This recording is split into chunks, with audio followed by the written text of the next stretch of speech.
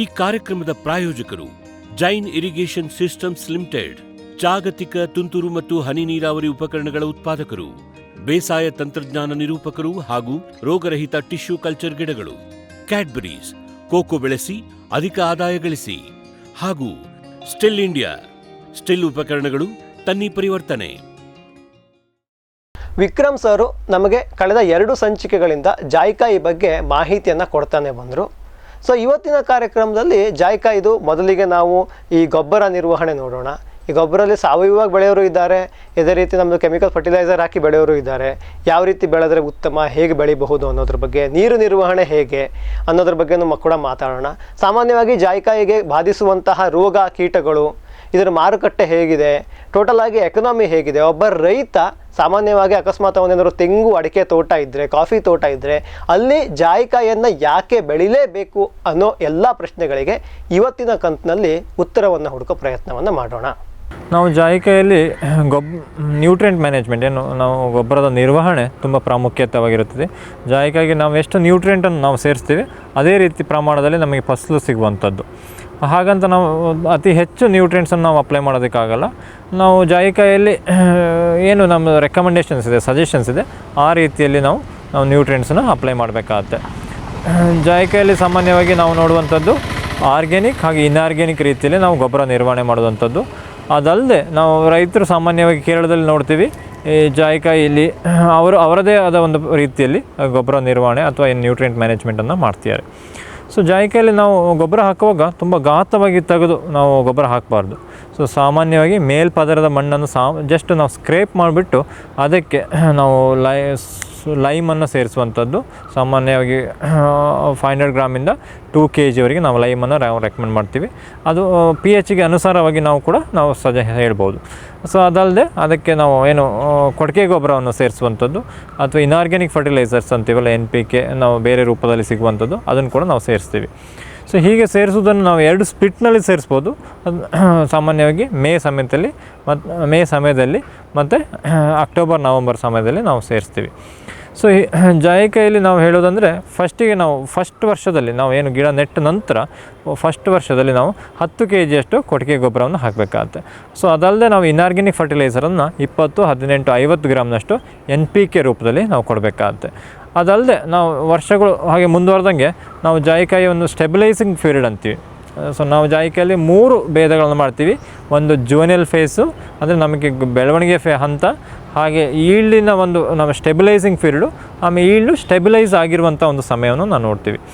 So ಈ stabilising ಪೀರಿಯಡಲ್ಲಿ ನಾವು ಗೊಬ್ಬರದ ಪ್ರಮಾಣವನ್ನು ಏರಿಸ್ಕೊಂಡು ಹೋಗಬೇಕಾಗತ್ತೆ. ಸೊ ಫಸ್ಟ್ ವರ್ಷ ನಾವು ಎಷ್ಟು ಕೊಟ್ಟಿರ್ತೀವಿ, 10 kg ಕೊಟ್ಟಿಗೆ ಗೊಬ್ಬರ, 20, 18, 50 NPK ಕೊಡ್ತೀವಿ. ಅದರದ್ದು 2ರಷ್ಟು ನಾವು 2ನೇ ವರ್ಷ ಕೊಡಬೇಕಾಗತ್ತೆ, 3ನೇ ವರ್ಷ, 4ನೇ ವರ್ಷ, ಹೀಗೆ 15 ವರ್ಷಗಳ ಕಾಲ ನಾವು ಇದನ್ನು ಜಾಸ್ತಿ ಮಾಡ್ಕೊಂಡು ಹೋಗಬೇಕಾಗತ್ತೆ. ಅದನ್ನು ಹೇಗೆ ಅಪ್ಲೈ ಮಾಡಬೇಕಂದ್ರೆ ಮಣ್ಣಿನ ಮೇಲ್ಪದರದಲ್ಲಿ ಮಾತ್ರ ಅಪ್ಲೈ ಮಾಡಬೇಕಾಗತ್ತೆ. ಯಾಕಂದರೆ ಜಾಯ್ಕಾಯಿ ಬೇರುಗಳು ಮಣ್ಣಿನ ಮೇಲ್ಪದರಲ್ಲಿ ಇರ್ತದೆ. ಅದಲ್ಲದೆ ಕಾಂಡದಲ್ಲಿ ಕೂಡ ನಾವು ಬೇರುಗಳನ್ನು ನಾವು ನೋಡ್ತೀವಿ. ಆಗ 15 ವರ್ಷ ಬಂದಾಗ ನಾವು ಜಾಯ್ಕಾಯಿನ ನಾವು ಬೇಸಿನನ್ನು ಮಾಡ್ತೀವಿ ಅಂತೀವಲ್ಲ, ಆ ಬುಡವನ್ನು ಕ್ಲಿಯರ್ ಮಾಡುವಂಥದ್ದು ಅಥವಾ ಮಣ್ಣು ಸ್ಕ್ರೇಪ್ ಮಾಡಿಬಿಟ್ಟು ಸೇರುವಂಥದ್ದು, ಅದು ಕೆನೋಪಿಯ 3/4 ಭಾಗದಷ್ಟು ನಾವು ಮಾಡಬೇಕಾಗತ್ತೆ. ಸೊ ಹಾಗೆ ನಾವು 18 ವರ್ಷ ಬಂದಾಗ ಒಂದು ಮರಕ್ಕೆ ಸಾಮಾನ್ಯವಾಗಿ 50 kg ಕೊಟ್ಟಿಗೆ ಗೊಬ್ಬರ, ಇದು ಟ್ರೈಕೋಡರ್ಮದೊಂದು ಬೆರೆಸಿದರೆ ತುಂಬ ಒಳ್ಳೆಯದಿರುತ್ತೆ. ಅದಲ್ಲದೆ 500 ಗ್ರಾಮು, 250 ಗ್ರಾಮು, 1000 ಗ್ರಾಮಷ್ಟು NPK ರೂಪದಲ್ಲಿ ನಾವು ಕೊಡಬೇಕಾಗತ್ತೆ. ಇದನ್ನು 2 ಸ್ಪ್ಲಿಟ್ಟಾಗಿ ಅಥವಾ ಒಮ್ಮೆಲೆ ಕೊಟ್ಟರು ತೊಂದರೆ ಇಲ್ಲ. ಸೊ ಬಟ್ ಆ ಪ್ರಮಾಣವನ್ನು ನಾವು ನಿಗದಿಯಾಗಿ ಕೊಡೋದಂತೂ ತುಂಬ ಸೂಕ್ತ ಆಗಿರುತ್ತೆ. ನಾವು ಜಾಯ್ಕಾಯಲ್ಲಿ ಏನು ಇನ್ಆರ್ಗ್ಯಾನಿಕ್ ಅಲ್ಲದೆ ಆರ್ಗ್ಯಾನಿಕ್ ಪದ್ಧತಿಯಲ್ಲಿ ನಾವು ನಿರ್ವಹಣೆ ಮಾಡೋದಾದರೆ, ನಾವು ಜಾಯ್ಕಾಯಿಗೆ ಫಸ್ಟ್ ಇಯರ್ ನಾವು ಪ್ಲಾಂಟ್ ಮಾಡಿದ ಮೊದಲನೇ ವರ್ಷದಲ್ಲಿ 100 ಗ್ರಾಮಷ್ಟು ಬೋನ್ ಮೀಲ್ ಅಂದರೆ ನಾವು ಎಲುಬುಗಳ ಅಥವಾ ಫಿಶ್ ಒಂದು ಸಿಗುವಂಥ ಒಂದು ಗೊಬ್ಬರವನ್ನು, ಹಾಗೆ 100 ಗ್ರಾಮ್ ಬೋನ್ ಮೀಲು, 100 ಗ್ರಾಮಷ್ಟು neem cake, 2 kg poultry manure, ಚೆನ್ನಾಗಿ ಗಳಿತ ಪೌಲ್ಟ್ರಿ ಮ್ಯಾನ್ಯೂರನ್ನು ಹಾಕಬೇಕು, ಫ್ರೆಶ್ ಆಗಿರೋಂಥದ್ದು ಹಾಕಬಾರ್ದು. ಹಾಗೆ ವರ್ಮಿ ಕಾಂಪೋಸ್ಟನ್ನು ನಾವು 2 kg ಸೇರಿಸ್ಬೋದು.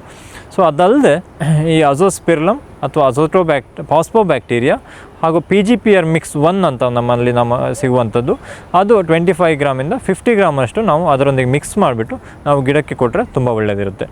ಸೊ ಹಾಗೆ ನಾವು ಈ ಆರ್ಗ್ಯಾನಿಕ್ ನಿರ್ವಹಣೆಯಲ್ಲಿ ಈ ಗೊಬ್ಬರವನ್ನು ನಾನು ಹೇಳ್ದಂಗೆ ಫಸ್ಟ್ ವರ್ಷ ಎಷ್ಟು ಕೊಡಬೇಕಾಗತ್ತೋ ಅದನ್ನು ನಾವು 2 ಪಟ್ಟಷ್ಟು ನಾವು 2ನೇ ವರ್ಷ ಕೊಡಬೇಕಾಗತ್ತೆ. ಹಾಗೆ ಒಂದು 5 ವರ್ಷದ ತನಕ ನಾವು ಈ ಕಾನ್ಸಂಟ್ ಡೋಸನ್ನು ಜಾಸ್ತಿ ಮಾಡಿಬಿಟ್ಟು ಹಾಗೆ ಒಂದು ಸಾಮಾನ್ಯ ಗಿಡಕ್ಕೆ ಒಂದು 50 kgಷ್ಟು ಈ ಮಿಶ್ರಣವನ್ನು ಸಿಗುವಂತೆ ನಾವು 15 ವರ್ಷಕ್ಕೆ ನಾವು ನೋಡ್ಕೋಬೇಕಾಗತ್ತೆ. ಹಾಗೆ ಈ PGPR ಮಿಕ್ಸನ್ನು ಕೂಡ ನಾವು PGPR ಮಿಕ್ಸು ಇಲ್ಲ ಅಜೋಸ್ಪಿರ್ಲಮ್ಮು ಇಲ್ಲ ಪಾಸ್ಫೋಬ್ಯಾಕ್ಟೀರಿಯನ್ನು ಕೂಡ ನಾವು ಒಂದು 50 kgಷ್ಟು ನಾವು ಎಷ್ಟು ಇನ್ಕ್ರೀಸ್ ಮಾಡ್ತೀವೋ ಅದೇ ಪ್ರಮಾಣದಲ್ಲಿ ಇದೀ 25ಇಂದ 50 ಗ್ರಾಮ್ ಮೊದಲನೇ ವರ್ಷಕ್ಕೆ ಕೊಡ್ತೀವಿ. ಅದೇ ಪ್ರಮಾಣದಲ್ಲಿ ನಾವು ಜಾಸ್ತಿ ಮಾಡಿಬಿಟ್ಟು ಅಥವಾ ಇನ್ಕ್ರೀಸ್ ಮಾಡಿಬಿಟ್ಟು ನಾವು ಗೊಬ್ಬರದ ಜೊತೆಗೆ ಸೇರಿಸಿದಾಗ ನಾವೇನು ಆರ್ಗ್ಯಾನಿಕ್ ಆಗಿ ಈ ಜಾಯಿಕಾಯಿನ ನಿರ್ವಹಣೆ ಮಾಡೋದು ತುಂಬ ಒಳ್ಳೆಯದಾಗಿರುತ್ತೆ. ಹಾಗೆ ಈ ಗಿಡದ ಬೆಳವಣಿಗೆ ಕೂಡ ತುಂಬ ಚೆನ್ನಾಗಿರುತ್ತೆ, ಯಾವುದೇ ರೀತಿಯ ಕುಂಠಿತವನ್ನು ನಾವು ಕಾಣೋದಿಲ್ಲ. ಜಾಯಿಕಾಯಿಯಲ್ಲಿ ನಾವು ಸಾಮಾನ್ಯವಾಗಿ 2 ರೀತಿಯ ಬೇರುಗಳನ್ನು ನೋಡ್ತೀವಿ. ಮೇಲ್ಗಡೆ ಹಾಸಿ ಹೋಗಿರುವಂಥ ಒಂದು ಬೇರುಗಳು, ಅದಲ್ಲದೆ ಟ್ಯಾಪ್ ರೂಟ್ ನಾವು ಭೂಮಿಯ ಕೆಳಗೆ ಹೋಗಿರುವಂಥ ಒಂದು ಬೇರುಗಳನ್ನು ನಾವು ನೋಡ್ತೀವಿ. ಸೊ ಹೀಗೆ ನಾವು ಬೇಸಿಗೆ ಸಮಯದಲ್ಲಿ ನಾವು ಏನು ಸ್ಟ್ರೆಸ್ಸನ್ನು ನೋಡಿದಾಗ ಜಾಯಿಕಾಯಲ್ಲಿ ಈ ಕಾಯಿಗಳು ಉದುರಿ ಬೀಳುವಂಥದ್ದು, ಮಿಡಿ ಕಾಯಿಗಳು ಉದುರಿ ಬೀಳುವಂಥದ್ದು ಸಾಮಾನ್ಯವಾಗಿರುತ್ತದೆ. ಸೊ ಸಾಮಾನ್ಯವಾಗಿ ಫೆಬ್ರವರಿ, ಮಾರ್ಚ್, ಏಪ್ರಿಲ್ ಈ ಸಮಯದಲ್ಲಿ ನಾವು ನೀರಿನ ಒಂದು ಪ್ರಾಮುಖ್ಯತೆಯನ್ನು ನೋಡ್ತೀವಿ ಜಾಯಿಕಾಯಲ್ಲಿ. ಒಂದು ಸಾಮಾನ್ಯವಾದಂಥ 4 ವರ್ಷ ಗಿಡಕ್ಕೆ 20 ಲೀಟ್ರಷ್ಟು ನಾವು ನೀರನ್ನು ಕೊಡಬೇಕಾಗತ್ತೆ. ಹಾಗೆ ಒಂದು 8ರಿಂದ 10 ವರ್ಷ ಆದ ಗಿಡಕ್ಕೆ ನಾವು 60 ಲೀಟ್ರ್ ನೀರನ್ನು ಕೊಡಬೇಕಾಗತ್ತೆ. ಈ ನೀರಿನ ಪ್ರಮಾಣ ಅಥವಾ 2 ಅಥವಾ 3 ದಿನಕ್ಕೆ ಒಂದು ಸಾರಿ ಕೊಟ್ಟರು ಸಾಕಾಗತ್ತೆ. ಬಟ್ ನಾವು ನೀರನ್ನು ಪ್ರಮಾಣವನ್ನು 2-3 ದಿನಕ್ಕೆ ನಾವು ರೆಸ್ಟ್ರಿಕ್ಟ್ ಮಾಡಿದಾಗ ಅದಕ್ಕೆ ಸಮನಾದ ರೀತಿಯಲ್ಲಿ ನಾವು ಮಲ್ಚಿಂಗನ್ನು ಕೊಡಬೇಕಾಗತ್ತೆ. ಆ ಹೊದಿಕೆಯನ್ನು ಚೆನ್ನಾಗಿ ಕೊಡಬೇಕಾಗತ್ತೆ. ಆ ಹೊದಿಕೆ ತುಂಬ ತಿಕ್ಕಲ್ಲಿ ಹೊದಿಕೆಯನ್ನು ಕೊಟ್ಟಾಗ ಈ ನೀರಿನ ಅಂಶವನ್ನು ಹಿಡಿದಿಟ್ಟುಕೊಳ್ಳುವಂಥ ಒಂದು ಗುಣ ಇರುತ್ತೆ. ಹಾಗಾಗಿ ಈ ಹೊದಿಕೆ ಕೊಡುವಾಗ ಕಾಂಡಕ್ಕೆ ಸೇರಿಸಿ ನಾವು ಕೊಡಬಾರ್ದು. ಕಾಂಡದಿಂದ ಒಂದು 5-6 ಇಂಚ್ ದೂರದಲ್ಲಿ ಅಥವಾ ಒಂದು ಅರ್ಧ ಅಡಿ ದೂರದಲ್ಲಿ ಆ ಹೊದಿಕೆಯನ್ನು ಹಾಕಿದಾಗ ನಮಗೆ ಒಂದು ಏನು ಮಾಯಿಶ್ಚರನ್ನು ತಡೆಯುವಂಥ ಒಂದು ಜಾಯಿಕಾಯಿಗೆ ಹಿಡಿದಿಟ್ಟುಕೊಳ್ಳುವಂಥ ಒಂದು ಗುಣ ಇರುತ್ತೆ.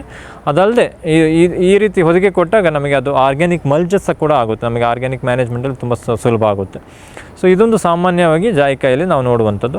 ಅದಲ್ಲದೆ ಇತ್ತೀಚಿನ ದಿನಗಳಲ್ಲಿ ಸ್ಪ್ರಿಂಕ್ಲರ್ ಇರಿಗೇಷನ್ ಅಥವಾ ಡ್ರಿಪ್ ಇರಿಗೇಷನ್ಸ್ ಏನು ನೋಡ್ತೀವಿ, ಈ ಸ್ಪ್ರಿಂಕ್ಲರ್ ಆದಾಗ ನಮಗೆ ಒಂದು 2 ದಿನಕ್ಕೊಂದು ಸಾರಿ ಸ್ಪ್ರಿಂಕ್ಲರನ್ನು ಕೊಡಬೇಕಾಗತ್ತೆ. ಅದಲ್ಲದೆ ಡ್ರಿಪ್ ಇರಿಗೇಷನನ್ನು ಮಾಡಿದಾಗ ನಾವು ಒಂದು ರೌಂಡನ್ನು ಕೊಟ್ಬಿಟ್ಟು ಒಂದು ಪೈಪನ್ನು ರೌಂಡ್ ಮಾಡಿಬಿಟ್ಟು ಸೊ ಹಾಗೆ ಅದರಲ್ಲಿ ಒಂದು 2 ಔಟ್ಲೆಟ್ಗಳನ್ನು ಕೊಡಬೇಕಾಗತ್ತೆ.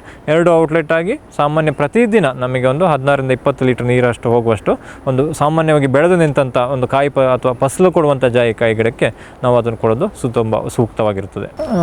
ನಾವೀಗ ನೋಡ್ತಿರುವಂಥದ್ದು ಜಾಯಿಕಾಯಿ ಸಾಮಾನ್ಯವಾಗಿ ನಾವು ಸ್ಟ್ರೈಟ್ ಶೂಟ್ಸನ್ನು ತಗೊಂಡ್ಬಿಟ್ಟು ಕಸಿ ಕಟ್ಟಿರುವಂಥದ್ದು, ಈ ಆರ್ಥೋಟ್ರೋಪ್ ಶೂಟ್ಸ್ ಅಂತೀವಲ್ಲ ಹಾಗೆ ಕಸಿ ಕಟ್ಟಿರುವಂಥದ್ದು. ನಾವು ಸುಮಾರು ಇದು 10ರಿಂದ 11 ವರ್ಷದಂಥ ಮರ, ನಮಗೆ ಒಳ್ಳೆ ಇಳುವರಿ ಕೊಡುವಂಥ ಮರ ಇದು. ನೋಡುತ್ತಿರ್ಬೋದು ನಿಮಗೆ ಸ್ಟ್ರೈಟಾಗಿ ಮರವಾಗಿ ಬೆಳೆದಿದೆ. ಅದೇ ರೀತಿ ನಮಗೆ ಸೈಡ್ ಶೂಟ್ಸ್ ಕೂಡ ಸಿಗುತ್ತೆ. ಆ ಸೈಡ್ ಶೂಟ್ಸನ್ನು ತಗೊಂಡು ನಾವು ಕಸಿ ಕಟ್ಟಿದರೆ ನಮಗೆ ಪೊದೆಯಾಗಿ ಬೆಳೆಯುವಂಥದ್ದು. ಅದನ್ನು ಮುಂದೆ ನಾವು ಸುಮಾರು 7-8 ವರ್ಷದ ನಂತರ ನಮಗೆ ನೇರವಾಗಿ ಒಂದು ಕೊಂಬು ಬರುವಂಥದ್ದು. ಆ ಕೊಂಬನ್ನು ನಾವು ನಿಲ್ಲಿಸ್ಬಿಟ್ಟು ಹಾಗೆ ಉಳಿದಂಥ ಒಂದು ಪೊದೆ ಆಕಾರದಲ್ಲ ಕಟ್ ಮಾಡಿಬಿಟ್ಟು ನಮಗೆ ಅದು ಮಾತ್ರ ಬಿಡಬೇಕಾಗತ್ತೆ. ಹೀಗೆ ಬಿಟ್ಟಂಥ ಒಂದು ಮರದಲ್ಲಿ ವ್ಯತ್ಯಾಸಗಳನ್ನು ನಾವು ನೋಡ್ಬೋದು. ಸಾಮಾನ್ಯವಾಗಿ ಈ ಮರದಲ್ಲಿ ನಮಗೆ ಈಗ ನೋಡ್ತಾ ಇರುವಂಥ ಮರದಲ್ಲಿ ನೇರವಾಗಿ ಹೋಗಿರುವಂಥ ಒಂದು ಮರದಲ್ಲಿ ಸುಮಾರು ನಮಗೆ 800ರಿಂದ 1000 ಕಾಯಿಗಳು ಸಿಗುತ್ತೆ ಪ್ರತಿ ವರ್ಷದಂತೆ. ಅದೇ ಸೇಮ್ ವಯಸ್ಸಿನ ಒಂದು ಮರ ಪೊದೆ ಆಕಾರದಲ್ಲಿ ಸೈಡ್ ಶೂಟ್ಸನ್ನು ತಗೊಂಡು ಪೊದೆ ಆಕಾರದಲ್ಲಿ ಬೆಳೆದಿರುವಂಥ ಒಂದು ಮರ ಸಾಮಾನ್ಯ ನಮಗೆ 40ರಿಂದ 50 ಕಾಯಿಗಳು ವರ್ಷಕ್ಕೆ ಸಿಗುವಂಥದ್ದು. ಈ ವ್ಯತ್ಯಾಸದಲ್ಲಿ ನಮಗೆ ರೈತರಿಗೆ ನಾವು ಸರಿಯಾದ ರೀತಿಯಲ್ಲಿ ನಾವು ಗಿಡವನ್ನು ಒದಗಿಸಿಕೊಟ್ರೆ ಅವರಿಗೆ ಕೃಷಿ ಮಾಡೋಕ್ಕೆ ತುಂಬ ಸಹಾಯಕವಾಗಿರುತ್ತದೆ. ಇದು ಸಾಮಾನ್ಯವಾಗಿ 10ರಿಂದ 12 ವರ್ಷವಾಗಿರುವಂಥ ಒಂದು ವಯಸ್ಸಿನ ಗಿಡ. ನಾವು ಸೈಡ್ ಶೂಟ್ಸ್ ಸೈಡ್ ಕೊಂಬೆಗಳನ್ನು ನಾವು ಯೂಸ್ ಮಾಡಿಬಿಟ್ಟು ನಾವು ಕಸಿ ಕಟ್ಟಿರುವಂಥದ್ದು. ನೀವು ನೋಡ್ತಿರ್ಬೋದು ಒಂದು ಶೂಟ್ಸ್ ಮಾತ್ರ ಮೇಲೆ ಬಂದಿದೆ. ಸುಮಾರು 7ರಿಂದ 8 ವರ್ಷದ ನಂತರ ಈ ರೀತಿಯ ಕಾಣ್ಬರುತ್ತೆ. ಅದಾದ ನಂತರ ಫುಲ್ ಸೈಡಾಗಿ ಪೊದೆಯಾಗಿ ಬೆಳೆಯುವಂಥದ್ದು. ಈ ಕಾಯಿಗಳ ಸಂಖ್ಯೆ ಅಥವಾ ಅದರ ಪ್ರಮಾಣ ನೀವು ನೋಡ್ಬೋದು. ಕೇವಲ ಒಂದು 20ರಿಂದ 30 ಕಾಯಿಗಳಷ್ಟೇ ನಮಗೆ ಕಂಡು ಬರ್ತದೆ. ಇವಾಗ ಮ್ಯಾಕ್ಸಿಮಮ್ ನಮಗೆ ಒಂದು 40ರಿಂದ 50 ಕಾಯಿಗಳು ಹೆಚ್ಚಾಗಿ ನಾವು ವರ್ಷಕ್ಕೆ ನಮಗೆ ಕೊಯ್ಲು ಮಾಡೋದಕ್ಕೆ ಸಿಗುವಂಥದ್ದು. ಇದು ನಾವು ಹೇಗೆ ಸ್ಟ್ರೈಟ್ ಕೊಂಬೆಯಾಗಿ ಮಾಡಬೇಕಂದ್ರೆ ಸೈಡಿಂದ ಎಲ್ಲ ಕೊಂಬೆಗಳನ್ನು ಕಟ್ ಮಾಡಿಬಿಟ್ಟು ನೇರ ಕೊಂಬೆಯನ್ನು ಬಿಟ್ಬಿಟ್ಟು ಅದನ್ನು ಮುಂದೆ ನಾವು ಗ್ರೋತಿಗೆ ಒಳ್ಳೆ ರೀತಿ ಉತ್ತಮ ರೀತಿಯಲ್ಲಿ ನಾವು ಬೇಸಾಯ ಮಾಡಿದಾಗ ಇದು ಸಾಮಾನ್ಯ ಮರವಾಗಿ ಪರಿವರ್ತನೆ ಆಗುತ್ತೆ ಅಂತ ನಮಗೆ ಒಂದು ಮನಸ್ಸಿಗೆ ಬಂದಿರುವಂಥದ್ದು. ಆದರೆ ಇದು ಇಳುವರಿ ನಾವು ಯಾವುದೇ ರೀತಿಯಲ್ಲಿ ನೇರವಾಗಿ ಬರುವಂಥ ಕೊಂಬೆಯನ್ನು ಯೂಸ್ ಮಾಡಿ ಕಸಿ ಕಟ್ಟಿರುವಂಥ ಮರಕ್ಕೆ ನಮಗೆ ಕಂಪೇರ್ ಮಾಡೋದಕ್ಕೆ ಸಾಧ್ಯ ಆಗೋದಿಲ್ಲ. ಗ್ರೀನ್ ಪ್ಲಾಸ್ಟ್ ISI ಪ್ರಮಾಣೀಕೃತ ಪರಿಶುದ್ಧ HDPE ಜಿಯೋ ಮೆಂಬ್ರೇನ್ ಪಾಂಡ್ ಲೈನರ್ಗಳು ಕೃಷಿ ಹೊಂಡ, ಕೆರೆ, ಕಾಲುವೆ, ಮೀನುಕೊಳ, ಸ್ಪಿರುಲಿನಾ ಹೊಂಡಗಳಿಗೆ ಬೇಕಾದ ಆಕಾರ ಮತ್ತು ವಿಸ್ತೀರ್ಣಗಳಲ್ಲಿ ಸರ್ಕಾರದ ಸಬ್ಸಿಡಿ ಯೋಜನೆಯಡಿ ಲಭ್ಯ. 100% ಪುನರ್ಬಳಕೆ, ಯುವಿ ಮತ್ತು ಒಡಕು ನಿರೋಧಕ, ಪಕ್ಕಾ ಜೋಡಣೆ, 5 ವರ್ಷಗಳ ಲಿಖಿತ ವಾರಂಟಿ. ಗ್ರೀನ್ ಪ್ಲಾಸ್ಟ್.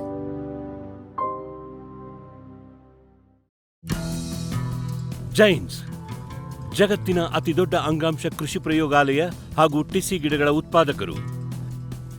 ಸಮೃದ್ಧ ಇಳುವರಿಗೆ ಜೈನ್ ಜೀನೇನ್, ಯಾಲಕ್ಕಿ, ನೇಂದ್ರನ್ ಹಾಗೂ ಕೆಂಪು ಬಾಳೆ ಸಸಿಗಳು, ದಾಳಿಂಬೆ, ಭಗವತಳಿಯ ರೋಗಮುಕ್ತ ಸಸಿಗಳು, ಲಕ್ನೋ 49 ಪೇರಳೆ, ಸ್ಟ್ರಾಬೆರಿ ಇತ್ಯಾದಿ ಗಿಡಗಳು ಯೋಗ್ಯ ಬೆಲೆಯಲ್ಲಿ. ಅಂಗಾಂಶ ಕೃಷಿಯ ಜಾಗತಿಕ ಬ್ರ್ಯಾಂಡ್ ಜೈನ್. ವಿಶ್ವದಾದ್ಯಂತ ಪೇಟೆಂಟ್ ಪಡೆದ ನ್ಯಾನೋ ತಂತ್ರಜ್ಞಾನದಲ್ಲಿ ತಯಾರಾದ ನೂವಾಲ್ಗಿ ದ್ರಾವಣ. ನೂವಾಲ್ಗಿ ಉಪಯೋಗಿಸಿದ ಮೇಲೆ ತುಂಬ ಇಳುವರಿನೂ ಬಂದಿದೆ. ಕಾಳು ಮೆಣಸಿಗಂತೂ ಭಾಳ ಚೆನ್ನಾಗಿ ಬರುತ್ತೆ. ರೇಷ್ಮೆ ಎಲೆನೂ ಚೆನ್ನಾಗಿ ಬರ್ತದೆ. ಗಿಡಗಳು ತುಂಬ ಚೆನ್ನಾಗಿ ಬೆಳವಣಿಗೆ ಆಯಿತು. ಯಾವುದೇ ರಾಸಾಯನಿಕ ಅಥವಾ ವಿಶೇಷ ಗೊಬ್ಬರಗಳ ಗೊಡವೆ ಇಲ್ಲದೆ ಎಲ್ಲ ಬೆಳೆಗಳಲ್ಲಿ ಉತ್ತಮ ಗುಣಮಟ್ಟದ ಅಧಿಕ ಫಸಲನ್ನು ಪಡೆಯಿರಿ. ಯಾವಾಗಲೂ ನನ್ನ ಇರೋವರೆಗೂ ನೀವು ಅಲ್ಲಿಗೆ ಅಂತ ಬಿಟ್ಟು ಬಾಳಲ್ಲ ಅಂತ ಒಂದು ಭರವಸೆ ಕೊಡ್ತೀನಿ. ಮೇಘಾ ಅಗ್ರೋಟೆಕ್, ನೀರುಳಿತಾಯದ ಜಾಣ ಮಾರ್ಗ. ವಿದ್ಯುತ್ ಕಣ್ಣಾಮುಚ್ಚಾಲೆಗೆ ಪರಿಹಾರ ಮೇಘಾ ಸೋಲಾರ್ ಪಂಪ್ ಸೆಟ್. ನಿಖರ ಹನಿ ನೀರಾವರಿಗೆ Megha drip, sprinkler, rain gun. Drip irrigation ಮತ್ತು ಫರ್ಟಿಗೇಷನ್ ಆಟೋಮೇಷನ್ಗೆ ಡ್ರಿಪ್ ಸ್ಮಾರ್ಟ್. 30 ವರ್ಷಗಳ ನಿರಂತರ ಸೇವೆ, ಲಕ್ಷಾಂತರ ಸಂತೃಪ್ತ ಗ್ರಾಹಕರು. ಮೇಘಾ ಅಗ್ರೋಟೆಕ್.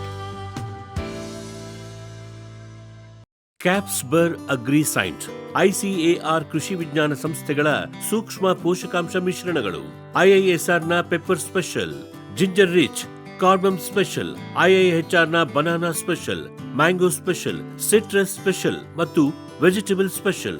ಪೊಟ್ಯಾಶ್ ಪೂರೈಕೆಗೆ ಎನ್ಆರ್ಸಿಪಿಯ ಸೋನಾರ್, ರೋಗ ನಿಯಂತ್ರಣಕ್ಕೆ ಯುಎಚ್ಎಸ್ನ ಟ್ರೈಕೋ ಕವಚ್, ಉತ್ತಮ ಗುಣಮಟ್ಟದ ಸೀಬೆ ಬೆಳೆಗೆ ಗ್ವಾವಾ ಸ್ಪೆಷಲ್. 10 ವರ್ಷಗಳಿಂದ ರೈತರ ಸೇವೆಯಲ್ಲಿ ಕ್ಯಾಪ್ಸ್ಬರ್ಡ್. ಜಾಯಿಕಾಯಲ್ಲಿ ನಾನು ಮುಂಚೆ ಹೇಳಿದಾಗೆ ಸಾಮಾನ್ಯವಾಗಿ 3 ಥರದಾಗ ರೂಟ್ ಸ್ಟಾಕನ್ನು ನಾವು ಯೂಸ್ ಮಾಡ್ತೀವಿ. ಒಂದು ಸಾಮಾನ್ಯವಾದ ಜಾಯಿಕಾಯಿ ಮೆರಿಸ್ಟಿಕಾ ಫ್ರಾಗ್ರೆನ್ಸ್ ನಾವು ಕಲ್ಟಿವೇಟ್ ಮಾಡುವಂಥದ್ದು. ಅದಲ್ಲದೆ ಕಾಟು ಜಾತಿಗಳಂತ ಮೆರಿಸ್ಟಿಕಾ ಬೆಡ್ಡೋಮಿ, ಮೆರಿಸ್ಟಿಕಾ ಫ್ರಾಗ್ರೆನ್ಸ್, ಈ ರಾಮಪತ್ರೆ ಹಾಗೆ ಇರುವಂಥ ಗಿಡಗಳು. ಇಲ್ಲಿ ನಾವು ನೋಡ್ತಿರುವಂಥ ಗಿಡ ಸಾಮಾನ್ಯವಾಗಿ ನಾವು ಯೂಸ್ ಮಾಡಿರುವಂಥದ್ದು ಮೆರಿಸ್ಟಿಕಾ ಬೆಡ್ಡೋಮಿ. ಈಗ ಇದು ಕಾಟು ಜಾತಿ ಅಂತ ಹೇಳ್ತೀವಿ. ಇದು ನಾವು ಕಸಿ ಮಾಡಿದಾಗ ನಮಗೆ ಸಕ್ಸಸ್ ತುಂಬ ಜಾಸ್ತಿ ಇರುತ್ತೆ. ಆದರೆ ಈ ಗಿಡ ನೋಡ್ಬೋದು ನೀವು 10ರಿಂದ 12 ವರ್ಷ ಆಗಿರುವಂಥ ಗಿಡ ಒಂದು 8 ವರ್ಷಕ್ಕೆ ನಮಗೆ 7ರಿಂದ 8 ವರ್ಷಕ್ಕೆ ನಮಗೆ ಆ ಕಾಂಡ ಊದುವಂಥದ್ದು ಸಿಗುತ್ತೆ, ಬಲ್ಜಿಂಗ್ ಆಗೋದಂಥದ್ದು. ಅದನ್ನು ನಾವು ಸಾಮಾನ್ಯವಾಗಿ ಲೋಕಲೈಸ್ಡ್ ಇನ್ಕಂಪ್ಯಾಟಬಿಲಿಟಿ ಅಂತೀವಿ. ಆ ಇನ್ಕಂಪ್ಯಾಟಬಿಲಿಟಿ ಆದಾಗ ನಮಗೆ ಆ ಕಸಿ ಕಟ್ಟಿರುವಂಥ ಜಾಗದಲ್ಲಿ ಕಾಂಡದ ಭಾಗ ದಪ್ಪವಾಗುವಂಥದ್ದು, ಹಾಗೆ ಮೇಲ್ಭಾಗ ಚಿಕ್ಕದಾಗುವಂಥದ್ದು ನೋಡ್ತೀವಿ. ಇದು ಸಾಮಾನ್ಯವಾಗಿ ನಮಗೆ ಯಾವಾಗ ಸಮಸ್ಯೆ ಆಗುತ್ತೆ ಅಂದರೆ ಮಳೆಗಾಲದಲ್ಲಿ ಅತಿ ಹೆಚ್ಚು ಗಾಳಿ ಬಂದಾಗ ಸಾಮಾನ್ಯ ಸಮಸ್ಯೆ ಆಗುತ್ತೆ. ಆ ಸಮಸ್ಯೆ ಬಂದಾಗ ಇದು ಹೆಚ್ಚು ಗಾಳಿ ಬೀಸಿದಾಗ ನಮಗೆ ಮರ ಬೀಳುವಂಥದ್ದು ನಾವು ನೋಡ್ಬೋದು. ಅದಲ್ಲದೆ ಈ ನಾವು ಮೆರಿಸ್ಟಿಕಾ ಫ್ರಾಗ್ರೆನ್ಸ್ನಲ್ಲಿ ನಾವು ಕಸಿ ಕಟ್ಟಿದಾಗ, ಹಾಗೆ ಮೆರಿಸ್ಟಿಕಾ ಬೆಡ್ಡೋಮಿಯಲ್ಲಿ ಕಸಿ ಕಟ್ಟಿದಾಗ, ಅಲ್ಲ ಮೆರಿಸ್ಟಿಕಾ ಮಲ್ಬಾರಿಕಾದಲ್ಲಿ ಕಸಿ ಕಟ್ಟಿದಾಗ ಯಾವುದು ನಮಗೆ ಫಸಲು ಜಾಸ್ತಿ ಬರುತ್ತೆ ಅಂತ ನೋಡಿದಾಗ ಮೆರಿಸ್ಟಿಕಾ ಫ್ರಾಗ್ರೆನ್ಸ್ನಲ್ಲಿ ಅಥವಾ ನಾವೇನು ಕಲ್ಟಿವೇಟ್ ಮಾಡ್ತೀವಿ ಆ ಜಾಯಿಕಾಯಲ್ಲಿ ಕಸಿ ಕಟ್ಟಿದಾಗ ನಮಗೆ ಹೆಚ್ಚು ಇಳುವರಿ ಸಿಗುವಂಥದ್ದು. ಅದಲ್ಲದೆ ಈ 2 ಜಾಯಿಕಾಯಲ್ಲಿ ನಮಗೆ ಹೆಚ್ಚು ಗ್ರೋತ್ ನಾವು ನೋಡ್ಬೋದು, ತುಂಬ ಮರ ಹೆವಿಯಾಗಿ ಬೆಳೆಯುವಂಥದ್ದು. ಆದರೆ ಕಾಯಿಗಳ ಪ್ರಮಾಣ ಸ್ವಲ್ಪ ಮಟ್ಟಿಗೆ ಕಡಿಮೆ ಆಗಿರುತ್ತದೆ. ನಾವು ಇಲ್ಲಿ ನೋಡುವಂಥ ಗಿಡ ಇದು ಸಾಮಾನ್ಯವಾಗಿ ಜಾಯಿಕಾಯಿ, ಕಲ್ಟಿವೇಟೆಡ್ ಜಾಯಿಕಾಯಲ್ಲಿ ನಾವು ಕಸಿ ಕಟ್ಟಿರುವಂಥದ್ದು ಮೆರಿಸ್ಟಿಕಾ ಫ್ರಾಗ್ರೆನ್ಸ್ ಅಂತೀವಲ್ಲ ಆ ಗಿಡದಲ್ಲಿ ಕಸಿ ಕಟ್ಟಿರೋದು. ನಾವು ಆ ಗಿಡದಲ್ಲಿ ಕಸಿ ಕಟ್ಟಿದಾಗ ಒಂದು ಕಸಿ ಕಟ್ಟಿದಂಥ ಭಾಗದಲ್ಲಿ ನಮಗೆ ಊತ ಕಂಡು ಬರೋದಿಲ್ಲ, ಯಾವುದೇ ರೀತಿಯ ಇನ್ಕಂಪ್ಯಾಟಬಿಲಿಟಿ ಅಂತೀವಲ್ಲ ಅದು ಕಂಡು ಬರೋದಿಲ್ಲ. ಸಾಮಾನ್ಯವಾಗಿ 2 ಕ್ಲಿಯರಾಗಿ ಬೆಸ್ಕೊಂಡು ನಮಗೆ ಒಳ್ಳೆ ರೀತಿಯ ಮರವಾಗಿ ಬರುತ್ತೆ. ಹಾಗೆ ಇದು ಏನು ಅತಿ ಒಂದು ಗಾಳಿ ಅಥವಾ ಮಳೆ ಅಂಥ ಒಂದು ವಾತಾವರಣದ ಸನ್ನಿವೇಶದಲ್ಲಿ ಕೂಡ ಮರ ಬಿದ್ದು ಹೋಗುವಂಥ ಪರಿಸ್ಥಿತಿ ನಮಗೆ ಕಡಿಮೆ ಇರುತ್ತೆ. ಅದಲ್ಲದೆ ನಾನು ಹೇಳಿದಾಗೆ ಮುಂಚೆ ಕಾಯಿ ಕೂಡ ತುಂಬ ಹೆಚ್ಚಿನ ಸಂಖ್ಯೆಯಲ್ಲಿ ಸಿಗುವಂಥದ್ದು. ನಾವು ಏನು ಕಾಟು ಜಾತಿಯಲ್ಲಿ ಕೃಷಿ ಮಾಡೋದಕ್ಕಿಂತ ಅತಿ ಹೆಚ್ಚು ಕಾಯಿ ನಮಗೆ ಸಿಗುವಂಥದ್ದು ಈ ಜಾತಿಯಲ್ಲಿ. ಸಾಮಾನ್ಯವಾಗಿ ಕೇರಳ ಅಗ್ರಿಕಲ್ಚರ್ ಯೂನಿವರ್ಸಿಟಿ ನಾವು ರೆಕಮೆಂಡ್ ಮಾಡುವಂಥದ್ದು ಜಾಯಿಕಾಯಿನ ಸಾಮಾನ್ಯವಾಗಿ ಕಲ್ಟಿವೇಟ್ ಮಾಡುವಂಥ ಜಾಯಿಕಾಯಲ್ಲೇ ಕಸಿ ಕಟ್ಟಿ ರೈತರಿಗೆ ಕೊಡಬೇಕಂತ. ಹಾಗೆ ಕೆಲವೊಂದು ಪ್ರೈವೇಟ್ ನರ್ಸರಿಗಳಲ್ಲಿ ಈ ಒಂದು ನಾವು ಪರಿಣಾಮಗಳನ್ನು ಎದುರಿಸ್ತಾ ಇದ್ದೀವಿ. ಅವರು ವೈಲ್ಡ್ ರೂಟ್ ಸ್ಟಾಕನ್ನು ಯೂಸ್ ಮಾಡ್ಕೊಬಿಟ್ಟು, ಕಾಡು ಜಾತಿಯನ್ನು ಯೂಸ್ ಮಾಡ್ಕೊಬಿಟ್ಟು ಕೊಡುವಂಥದ್ದು. ಏನು ಅವರು ಮಾಡುವಂಥ ಕಾರಣ ಅಂದರೆ ನಮಗೆ ಸಕ್ಸಸ್ ಅತಿ ಹೆಚ್ಚು ಸಿಗುವಂಥದ್ದು, ಇದೊಂದೇ ನಮಗೆ ಕಾರಣ. ಜಾಯಿಕಾಯಿ ಸಾಮಾನ್ಯವಾಗಿ ನಾವು ಕೊಯ್ಲು ಮಾಡುವಂಥದ್ದು ಅಂದರೆ ಅದು ನಮಗೆ ಕಾಣಿಸುತ್ತೆ. ನಮಗೆ ಹಣ್ಣು ಸುಮಾರು 6 ರಿಂದ 9 ತಿಂಗಳು ತೊಗೊಳುತ್ತೆ ಅದು ಬೆಳೆಯೋದಕ್ಕೆ. ಅದು ಬೆಳೆದ ನಂತರ ಅದು ಒಂದು 2 ಭಾಗ ಆಗಿ ನಮಗೆ ಕಾಣಿಸುತ್ತೆ. ಆ ಭಾಗ ಆದಾಗ ಕೆಂಪು ಭಾಗ ನಮಗೆ ಕಾಣಿಸುತ್ತೆ, ಆ ಮೇಸ್ ಅಥವಾ ಪತ್ರೆ ಅನ್ನೋದಂಥದ್ದು ನಮಗೆ ಕಾಣಿಸುತ್ತೆ. ಅದಾದಾಗ ನಾವು ದೋಟಿ ಮೂಲಕ ಕೊಯ್ಲು ಮಾಡುವಂಥದ್ದು. ಇಲ್ಲ ಅಂದರೆ ನಮಗೆ ಅದು ಸಾಮಾನ್ಯವಾಗಿ ಅದು ಸ್ಪ್ಲಿಟ್ಟಾಗಿ ಉದುರು ಬೀಳುವಂಥದ್ದು ನಾವು ನೋಡ್ತೀವಿ. ಹಾಗೆ ಈ ಸಮಯದಲ್ಲಿ ಕೂಡ ನಾವು ಹೆರ್ಕಿಕೊಂಡು ಎಲ್ಲ ಆಯ್ದುಕೊಂಡು ಬಂದುಬಿಟ್ಟು ಅದನ್ನು ನಾವು ಒಣಗಿಸಿ ಹೀಗೆ ನಾವು ಡ್ರೈ ಮಾಡುವಂಥದ್ದು. ಸೊ ಅದಲ್ಲದೆ ಜಾಯಿಕಾಯಿ ಒಂದೇ ಸರಿಗೆ ನಮಗೆ ಎಲ್ಲ ಕಾಯಿಗಳು ಕೊಯ್ಲು ಮಾಡೋದಕ್ಕೆ ಸಿಗೋಲ್ಲ. ಹಂತವಾಗಿ ಸುಮಾರು 6 ರಿಂದ 12 ರೌಂಡ್ಗಳು ನಾವು ಹೆಚ್ಚು ಕಮ್ಮಿ ಹೆರ್ಕಬೇಕಾಗುತ್ತೆ. ಸೊ ಸುಮಾರು ಮೇ 2nd ವೀಕಿಂದ ನಮಗೆ ಹಾರ್ವೆಸ್ಟಿಂಗ್ ಶುರು ಆದರೆ ಜೂನ್, ಜುಲೈ, ಆಗಸ್ಟ್ ಈ ಒಂದು 3.5 ತಿಂಗಳು ನಮಗೆ ಪೀಕ್ ಪೀರಿಯಡ್ ಹಾರ್ವೆಸ್ಟಿಂಗ್ ಅಂತೀವಿ.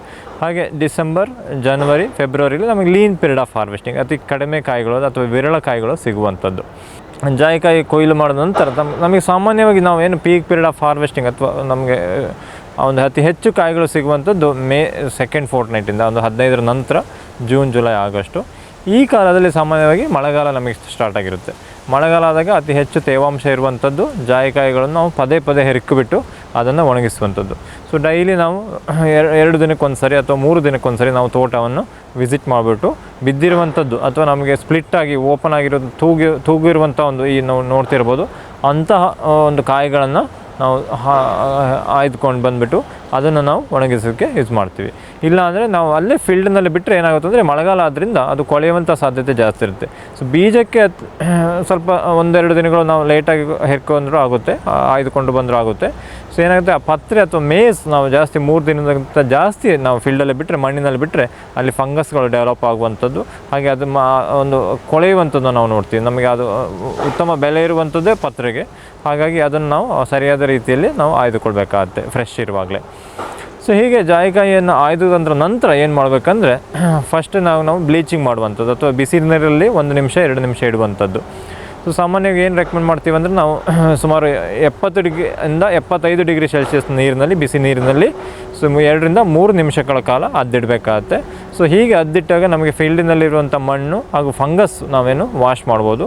ಸೊ ಹೀಗೆ ಅದ್ದಿದ ನಂತರ, ನೀರಿನಲ್ಲಿ ಅದ್ದಿದ ನಂತರ ಅದನ್ನು ನಾವು ಸಾಮಾನ್ಯವಾಗಿ ಶೇಡ್ನಲ್ಲಿ ಒಣಗಿಸ್ಬೇಕಾಗತ್ತೆ. ಒಂದು 2 ರಿಂದ 3 ಗಂಟೆಗಳ ಕಾಲ ಆ ನೀರನ್ನು ಒಣಗಿಸಿ ಅದನ್ನು ನೀರೆಲ್ಲ ಹೋದ ನಂತರ ನಾವು ಡ್ರೈಯಿಂಗ್ಗೆ ಹೋಗಬೇಕಾಗತ್ತೆ. ಸಾಮಾನ್ಯವಾಗಿ ಡ್ರೈಯಿಂಗ್ನಲ್ಲಿ 2 ವಿಧಗಳಿದ್ದಾವೆ, ನಾವು ಒಣಗಿಸುವಲ್ಲಿ 2 ವಿಧಗಳಿದ್ದಾವೆ. ಸೊ ಒಂದನೇದಾಗಿ ನ್ಯಾಚುರಲ್ ಡ್ರೈಯಿಂಗ್ ಅಥವಾ ಸನ್ ಡ್ರೈಯಿಂಗ್ ಅಂತೀವಿ. ಸಾಮಾನ್ಯವಾಗಿ ನಮಗೆ ಮಳೆಗಾಲದಲ್ಲಿ ಸೂರ್ಯನ ಬೆಳಕು ಸಿಗೋದು ಒಂದು ಅದೃಷ್ಟವಾಗಿರ್ತದೆ ಈ ಒಂದು ಜಾಯಿಕಾಯಿ ಬೆಳೆಯುವಂಥ ಪ್ರದೇಶದಲ್ಲಿ. ಸೊ ಅದಲ್ಲದೆ ನಾವು ಏನಂತೀವಿ, ಇತ್ತೀಚೆಗೆ ಬಯಲುಸೀಮೆ ಪ್ರದೇಶದಲ್ಲಿ ನಾವು ಜಾಯಿಕಾಯಿ ನೋಡ್ತೀವಿ, ಅಲ್ಲಿ ಸನ್ ಡ್ರೈಯಿಂಗ್ ಅಥವಾ ಸೂರ್ಯನ ಬೆಳಕಿನಲ್ಲಿ ಒಣಗಿಸೋದು ತುಂಬ ಪ್ರತಿಕೂಲವಾಗಿರುತ್ತದೆ. ಅಲ್ಲದೆ ಈ ಪೊಳ್ಳಾಚಿ ಅಥವಾ ಏನು ಮೈಸೂರು ಭಾಗದಲ್ಲಿ ನಾವು ಜಾಯಿಕಾಯಿ ನೋಡ್ತೀವಿ, ಅಲ್ಲಿ ನಾವು ಸೂರ್ಯನ ಬೆಳಕಿನಲ್ಲಿ ಚೆನ್ನಾಗಿ ಒಣಗಿಸ್ಬೋದು. ಸಾಮಾನ್ಯ ಸೂರ್ಯನ ಬೆಳಕಿನಲ್ಲಿ ಹೂವನ್ನು ಅಥವಾ ಮೇಸನ್ನು ಸಾಮಾನ್ಯವಾಗಿ 2 ರಿಂದ 3 ದಿನಗಳ ಕಾಲ ನಾವು ಒಣಗಿಸಿ ಅದನ್ನು ನಾವು ಒಣಗಿದ ನಂತರ ಏನು ಕವರಲ್ಲಿ ಹಾಕಿ ಕಟ್ಟಿಡುವಂಥದ್ದು. ಸೊ ಅದಲ್ಲದೆ ಬೀಜವನ್ನು ನಾವು ಒಣಗಿಸ್ಬೇಕಂದ್ರೆ ಸುಮಾರು 6 ರಿಂದ 8 ವಾರಗಳ ಕಾಲ ನಾವು ಒಣಗಿಸ್ಬೇಕಾಗತ್ತೆ. ಸೊ ಹೀಗೆ ಒಣಗಿಸ್ಬೋದು. ಅದಲ್ಲದೆ ನಾವು ಆರ್ಟಿಫಿಷಿಯಲ್ ಡ್ರೈಯಿಂಗ್ ಅಥವಾ ಏನು ಒಂದು ಇತ್ತೀಚಿನ ದಿನಗಳಲ್ಲಿ ಎಲೆಕ್ಟ್ರಿಕಲ್ ಡ್ರೈಯರ್ ಇದೆ, ಸೋಲಾರ್ ಡ್ರೈಯರ್ ಬರ್ತಾ ಇದ್ದಾವೆ, ಅಥವಾ ಇದು ಬೆಂಕಿ ಹಾಕಿ ನಮಗೇನು ಒಣಗಿಸುವಂಥದ್ದು. ಸೊ ಆ ರೀತಿಯಾಗಿ ನಾವು ಒಣಗಿಸ್ಬೋದು. ಅದರಲ್ಲೇ ನಾವು ಏನು ಅಸ್ತ್ರದ ಒಲೆಗಳು ಈ ರೀತಿಯಾಗಿ ಹೇಳ್ತೀವಲ್ಲ ಆ ರೀತಿಯಾಗಿ ಒಣಗಿಸ್ಬೋದು. ಹಾಗೆ ಒಣಗಿಸುವಾಗ ನಾವು ಟೆಂಪ್ರೇಚರನ್ನು ನೋಡಬೇಕಾಗತ್ತೆ. ಸೊ ಹೂವನ್ನು ಒಣಗಿಸುವಾಗ ಅಥವಾ ಮೇಸನ್ನು ಒಣಗಿಸುವಾಗ ಸಾಮಾನ್ಯವಾಗಿ 55 ರಿಂದ 60 ಡಿಗ್ರಿ ಸೆಲ್ಸಿಯಸ್ನಲ್ಲಿ 2 ರಿಂದ 3 ಗಂಟೆಗಳ ಕಾಲ ಒಣಗಿಸಿದ್ರೆ ಸಾಕಾಗುತ್ತೆ. ಸೊ ಅದಲ್ಲದೆ ಬೀಜವನ್ನು ಒಣಗಿಸುವಾಗ ನಾವು ಗಮನ ಇಡಬೇಕಾಗುತ್ತೆ ಸ್ವಲ್ಪ, ಮತ್ತು ಈ ಟೆಂಪ್ರೇಚರ್ ನಾವು ಕಡಿಮೆ ಮಾಡಬೇಕಾಗತ್ತೆ. ಸೊ ಸಾಮಾನ್ಯವಾಗಿ 40 ರಿಂದ 50 ಡಿಗ್ರಿ ಸೆಲ್ಸಿಯಸ್ ಟೆಂಪ್ರೇಚರನ್ನು ಇಟ್ಬಿಟ್ಟು 6 ರಿಂದ 12 ಗಂಟೆಗಳ ಕಾಲ ನಾವು ಒಣಗಿಸ್ಬೇಕಾಗತ್ತೆ. ಹೀಗೆ ಒಣಗಿಸಿದಂಥ ಬೀಜಗಳು ನಮಗೆ ಸ್ಟೋರ್ ಮಾಡೋದಕ್ಕೆ ಸೂಕ್ತ ಆಗಿರುತ್ತೆ. ನಾವು ಸ್ಟೋರ್ ಮಾಡುವಾಗ ಎಷ್ಟು ಮಾಯಿಶ್ಚರ್ ಕಂಟೆಂಟ್ ಇರಬೇಕಂದ್ರೆ ಸಾಮಾನ್ಯವಾಗಿ 10 ಅಥವಾ ಅದಕ್ಕಿಂತ ಸ್ವಲ್ಪ ಮಟ್ಟಿಗೆ ಹೆಚ್ಚಿನ ಅಥವಾ 12% ಅಷ್ಟು ಮಾಯಿಶ್ಚರ್ ಇರಬೇಕಾಗುತ್ತೆ. ಅದಕ್ಕಿಂತ ಜಾಸ್ತಿ ಮಾಯಿಶ್ಚರ್ ಇದ್ದರೆ ಸಾಮಾನ್ಯವಾಗಿ ನಾವು ಜಾಯಿಕಾಯಲ್ಲಿ ಫಿಮಿಗೇಷನ್ನ ಕೊಡಬೇಕಾಗತ್ತೆ. ಸಾಮಾನ್ಯವಾಗಿ 10ರಿಂದ 12% ಮಾಯಿಶ್ಚರ್ ಇರುವಾಗ ನಾವು ಅದನ್ನು ಅಫ್ಲೋಟ್ಯಾಕ್ಸಿನ್ ಕಂಟಾಮಿನೇಷನ್, ಅದಕ್ಕಿಂತ ಜಾಸ್ತಿ ಮಾಯಿಶ್ಚರ್ ಇದ್ದರೆ ಅಫ್ಲೋಟ್ಯಾಕ್ಸಿನ್ ಕಂಟಾಮಿನೇಷನ್ ಬರುವಂಥ ಜಾಯಿಕಾಯಿ ಹೂವಿಗೆ ಮತ್ತು ಬೀಜಕ್ಕೆ. ಈ ಅಫ್ಲೋಟ್ಯಾಕ್ಸಿನ್ ಸಮಸ್ಯೆ ನಾವು ಇತರ ಸಾಂಬಾರು ಬೆಳೆಗಳಲ್ಲಿ ನಾವು ನೋಡ್ತೀವಿ. ಸೊ ಮೆಣಸಿನಕಾಯಿ, ಚಿಲ್ಲಿಯಲ್ಲಿ, ಹಾಗೆ ಗ್ರೌಂಡ್ನಟ್ನಲ್ಲಿ ನೋಡ್ತೀವಿ. ಸೊ ಅದಲ್ಲದೆ ಈ ಥರ ಪೆಪ್ಪರ್ನಲ್ಲೂ ಕೂಡ ನಾವು ಈ ಅಫ್ಲೋಟ್ಯಾಕ್ಸಿನ್ಸ್ ಪ್ರಾಬ್ಲಮ್ಸನ್ನು ನಾವು ನೋಡ್ತೀವಿ. ಫಂಗಸ್ ಡೆವಲಪ್ಮೆಂಟ್ ಅಂತೀವಲ್ಲ, ಅದನ್ನು ನಾವು ನೋಡ್ತೀವಿ. ಹಾಗಾಗಿ ಇದನ್ನು ನಾವು ಅವಾಯ್ಡ್ ಮಾಡಬೇಕಾದ್ರೆ ಮಾಯಿಶ್ಚರನ್ನು ಒಣಗಿದ ಮೇಲೆ ನಾವು ಕರೆಕ್ಟಾಗಿ ಒಂದು 10ರಿಂದ 12% ಮಾಯಿಶ್ಚರನ್ನು ನಾವು ಕಾಯ್ದುಕೊಳ್ಳೋದು ತುಂಬ ಮುಖ್ಯವಾಗಿರ್ತದೆ. ಸೊ ಅದಲ್ಲದೆ ಸಾಮಾನ್ಯವಾಗಿ ನಾವು ಜಾಯಿಕಾಯಲ್ಲಿ ಸ್ಟೋರ್ ಮಾಡುವಾಗ ನಾವು ಫಿಮಿಗೇಷನ್ ಮಾಡುವಂಥದ್ದು ಸಾಮಾನ್ಯವಾಗಿ ಪದ್ಧತಿಯಲ್ಲಿರುವಂಥದ್ದು. ನಾವು ಏನು ಬ್ಯಾಗಿಗೆ ಹಾಕಿರ್ತೀವಿ, ಬ್ಯಾಗಿಗೆ ಹಾಕಿ ನಂತರ ಬ್ಯಾಗಿನಲ್ಲಿ ಫಿಮಿಗೇಂಟ್ಸನ್ನು ಹಾಕಿಡುವಂಥದ್ದು, ಇಲ್ಲ ರೂಮಿನಲ್ಲಿ ನಾವು ಸ್ಟೋರ್ ಮಾಡುವಂಥ ರೂಮಿನಲ್ಲಿ ಫಿಮಿಗೇಷನ್ ಮಾಡುವಂಥದ್ದು ತುಂಬ ಮುಖ್ಯವಾಗಿರ್ತದೆ. ಇದರಿಂದ ನಾವು ಏನು ಅಫ್ಲೋಟ್ಯಾಕ್ಸಿನ್ಸ್ ಅಥವಾ ಈ ಫಂಗಸ್ ಡೆವಲಪ್ಮೆಂಟನ್ನು ತಡಿಬಹುದು. ಜಾಯಿಕಾಯಿನ ನಾವು ಒಣಗಿಸಿದ ನಂತರ ನಮಗೆ ಎಷ್ಟು ರಿಕವರಿ ಸಿಗುತ್ತೆ ಅನ್ನೋದು ತುಂಬ ಬಹಳ ಮುಖ್ಯವಾಗಿರುತ್ತದೆ. ಸೊ ಒಂದು 100 ಗ್ರಾಮ್ ಬೀಜವನ್ನು ನಾವು ಬೀಜವನ್ನು ಒಣಗಿಸಿದಾಗ ಸುಮಾರು 70ರಿಂದ 75 ಗ್ರಾಮ್ನಷ್ಟು ಬೀಜ ಸಿಗುತ್ತೆ ನಮಗೆ. ಅಥವಾ 1 kg ಬೀಜವನ್ನು ಒಣಗಿಸಿದರೆ ನಮಗೆ 700ರಿಂದ 750 ಗ್ರಾಮ್ ಬೀಜ ಸಿಗುತ್ತೆ, ಸೊ ಒಣಗಿದ ಬೀಜಗಳು. ಹಾಗೆ ನಮಗೆ ಆ ಹೂ ಅಥವಾ ಮೇಸನ್ನು ಒಣಗಿಸಿದಾಗ 1 kg ಮೇಸನ್ನು ಒಣಗಿಸಿದರೆ ಸೊ ಅದರಲ್ಲಿ ನಮಗೆ 400ರಿಂದ 450 ಗ್ರಾಮ್ ಮೇಸು ಸಿಗುವಂಥದ್ದು. ಸೊ ಅಂದರೆ ನಮಗೆ 70ರಿಂದ 75% ಹಾಗೂ 40ರಿಂದ 45% ಅಷ್ಟು ಬೀಜ ಮತ್ತು ಪತ್ರೆಗೆ ಈ ಒಂದು ಒಣಗಿದ ತೂಕ ಸಿಗುವಂಥದ್ದು ನಾವು ನೋಡ್ತೇವೆ.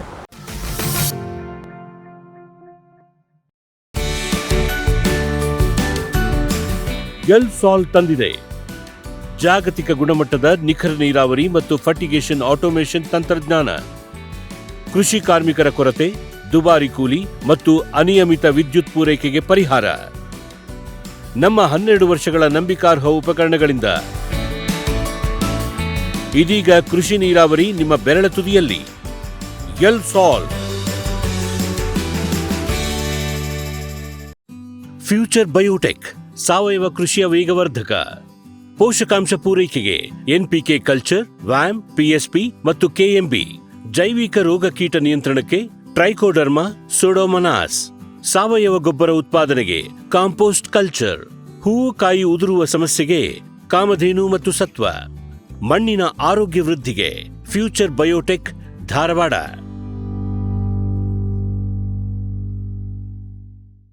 ಭೂಮಿದೀಪ ಸಾರಜನಕ, ರಂಜಕ ಒದಗಿಸುವ ಸೂಕ್ಷ್ಮಾಣುಜೀವಿ ಮಿಶ್ರಿತ ಸಮೃದ್ಧ ಸಾವಯವ ಎರೆಗೊಬ್ಬರ.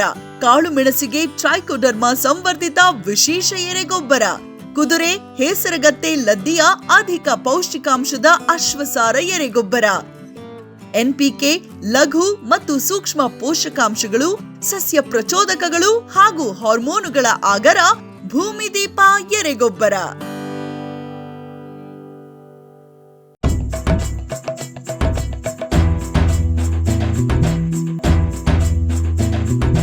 ಕೃಷಿ ಪ್ರಗತಿ ಸಾಕಾರವಾಯಿತು, ಸ್ಟಿಲ್ ತಂತ್ರಜ್ಞಾನದಿ ಸಾಧ್ಯವಾಯಿತು. ಬದಲಾವಣೆಗೆ ಕಾಲ ಕೂಡಿ ಬಂತು. ಸ್ಟಿಲ್ ಉಪಕರಣಗಳು ತನ್ನಿ ಪರಿವರ್ತನೆ.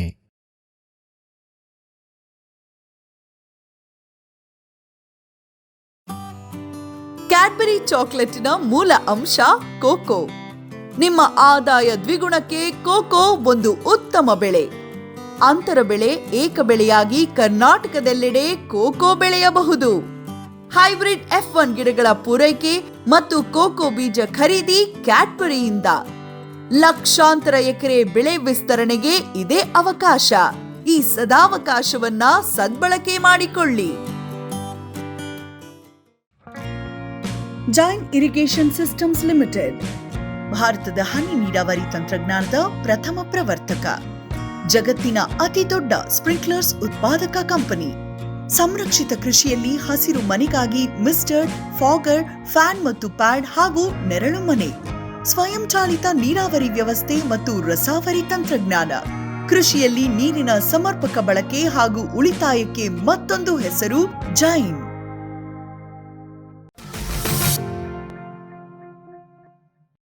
ಸಾಮಾನ್ಯವಾಗಿ ನಾವು ಜಾಯಿಕಾಯಲ್ಲಿ ಕೀಟ ಮತ್ತು ರೋಗಗಳ ಬಾಧೆಯನ್ನು ನಾವು ನೋಡಿದಾಗ ಕೀಟಗಳ ಹಾವಳಿ ಸಾಮಾನ್ಯವಾಗಿ ಕಡಿಮೆ ಆಗಿರುತ್ತದೆ. ಕೀಟಗಳೆಂದರೆ ಮುಖ್ಯವಾಗಿ ನಮಗೆ ಸ್ಕೇಲ್ ಇನ್ಸೆಕ್ಟು, ಹಾಗೆ ಮಿಲಿಬಗ್ಗು, ಅದಲ್ಲದೆ ಕಾಂಡ ಮತ್ತು ಕೊಂಬೆಗಳ ಕೊರಕಗಳು, ಅದು ಶೂಟ್ ಮತ್ತು ಸ್ಟೆಮ್ ಬೋರರು ನಾವು ಸಾಮಾನ್ಯವಾಗಿ ನೋಡುವಂಥದ್ದು.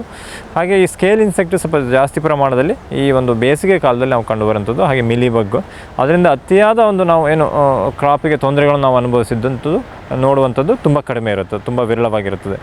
ಸೊ ಅದಲ್ಲದೆ ಈ ರೋಗಗಳು ಬಂದಾಗ ನಮಗೆ ಸಾಮಾನ್ಯವಾಗಿ ಜಾಯಿಕಾಯಿ ಈ ಒಂದು ಟ್ರೋಪಿಕಲ್ ಪ್ರದೇಶದಲ್ಲಿ ಏನು ಬೆಳೆಯುವಂಥ ಬೆಳೆ ಆಗಿರ್ತದೆ, ಅತಿ ಹೆಚ್ಚು ಮಳೆ ಬೀಳುವಂಥ ಪ್ರದೇಶದಲ್ಲಿ ಬೆಳಿತೀವಿ.